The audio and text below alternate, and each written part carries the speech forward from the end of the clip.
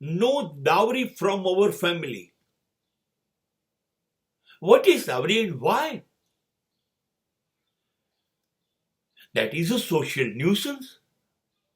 Our family will not promote it. અમે દહેજનો સખત વિરોધ કરીએ છીએ એવું મા બાપે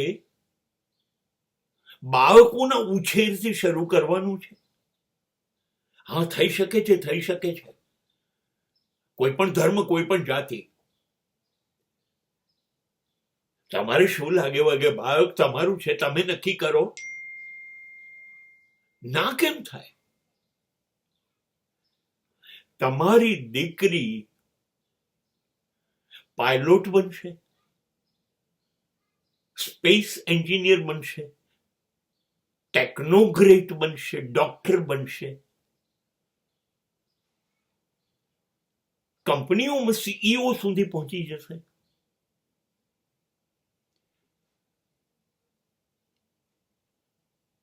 માતબર બની ગઈ દીકરી મારી. તમારી છાતી ફૂલશે, ગૌરવ થશે, સમાજની આંખો ફાટી જશે. બસ દીકરીને ઘડવો, એમાં જેટલા ખર્ચી શકાય, જેટલા પૈસા રોકી શકાય રોકી કાઢો.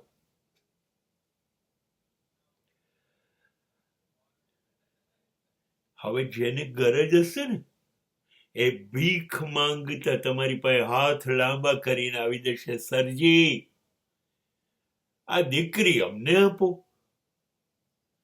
શેનું દહેજ? અબજો રૂપિયા આપતા ન મળે એવી દીકરી આપું છું. પહેલા દીકરી તૈયાર કરો.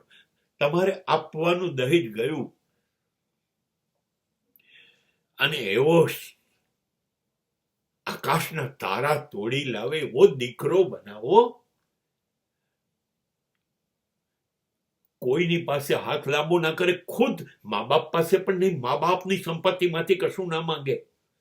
એના પગ ઉપર એટલો મજબૂત થઈ જાય કે હાથ લાંબો કરે ને એ આકાશને અડી શકે, તારા નાઈ શકે જમીન ઉપર. જમીન ઉપર તો જે જોઈએ છે બધું જ પેદા કરી શકે.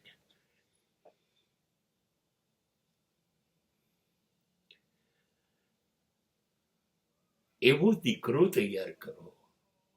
હા, એને એવો બનાવવા માટે ભલે જિંદગીનું સૌથી વધુ કમાણી ત્યાં ખર્ચાઈ જાય, મિલકતો જતી રહે તો વાંધો નહીં.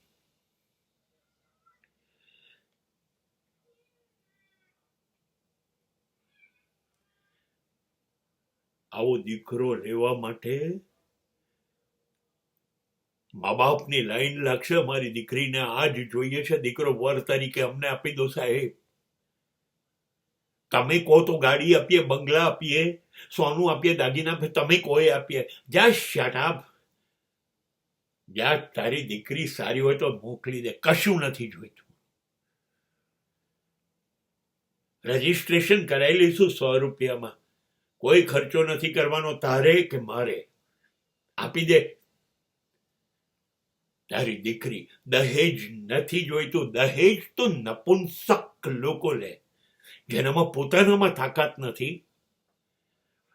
એ લોકો માંગે, મને બાઇક આપો, મને ગાડી આપો, મને મકાન આપો, મને જમીન આપો, મને સોનું આપો, દાગીના આપો. જ્યારે યાર હિજડા એસોસિએશનમાં રજીસ્ટ્રેશન કરી આવો.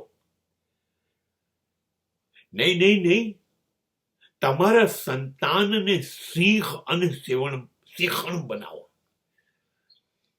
મારે રૂપિયો જોઈતો નથી અને હું કોઈને આપીશ નહીં. આ તમારી સમાજ સેવા જ છે. These are your moral duties to the society, because you are not going to promote all nuisance. અને એ તમે સમાજને મદદ કરી છે. તમે કરી તો જુઓ.